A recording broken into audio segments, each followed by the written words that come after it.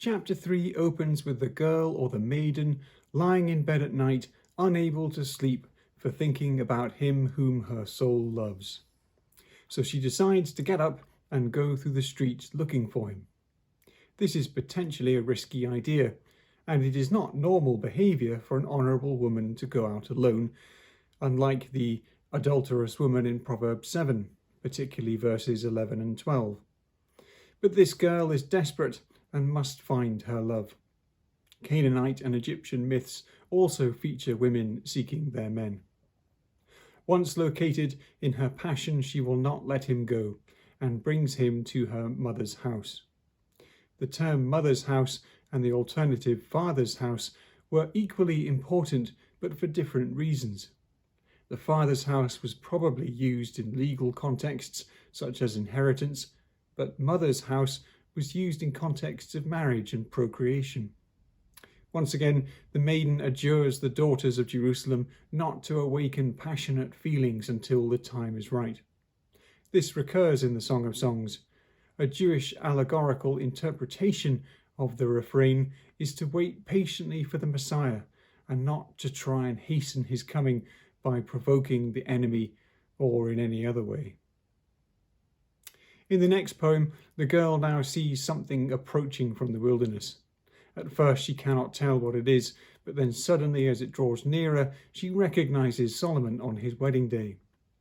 He has every part of kingly glory, the finest soldiers, and a palanquin made of the finest materials. These materials were also used in the construction of the tabernacle, and so in early Jewish interpretation, this was taken as a symbol of the ark, or tabernacle, or temple. The wedding itself was interpreted as the marriage of God and Israel at Mount Sinai.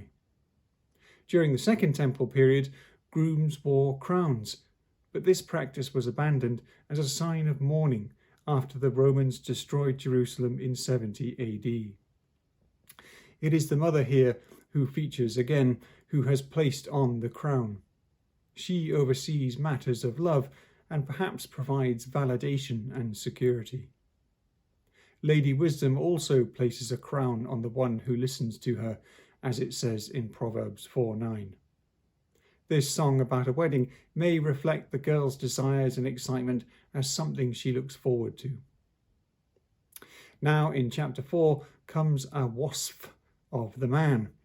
A wasf, which I am probably pronouncing completely wrong, is a genre of poem found in Arabic and Egyptian poetry, where someone is described from head to toe or toe to head, and each body part is likened to something. In this one, the man describes several parts of her head and then only makes it as far down as her breasts. The thing he compares her various parts to are quite funny and bizarre, but something like this may have been the point of the genre. Perhaps the comparisons were playfully chosen for the hearer or reader to work out the meaning and to guess in what way they were being specifically praised. You certainly need to think more abstractly when reading this wasf. The man has already called her eyes doves in 1:15. Here they are hidden behind a veil. Doves were often used as symbols of sex or seduction. Perhaps her alluring eyes, partially hidden, are having a powerful effect on him. But her hair flowing like a flock of goats potentially stalls the romantic mood started so well. Mount Gilead was probably a very nice place, as it was rich pasture land. Perhaps the motion of the goats going down as a flock over the undulating slopes was like her wavy hair flowing downwards. Perhaps also the comparison includes the quality of the pasture itself, a good flock in a good land, a sign of divine blessing. The animal theme continues with ewes. The point here is that her teeth are white and none are missing. In the days before Colgate, I suppose this was a more meaningful feature.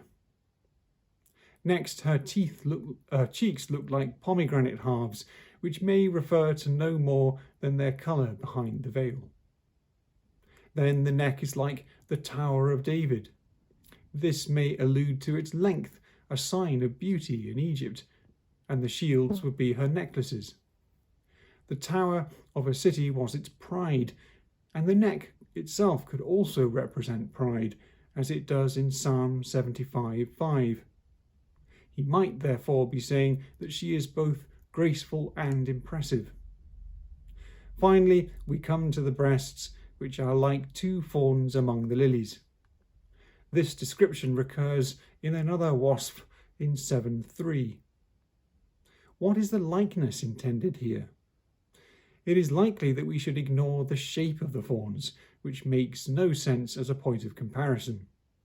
Instead, we should notice that there are two of them, which does make more sense, and that the gazelles have already featured in chapter 2 as things which are energetic and playful.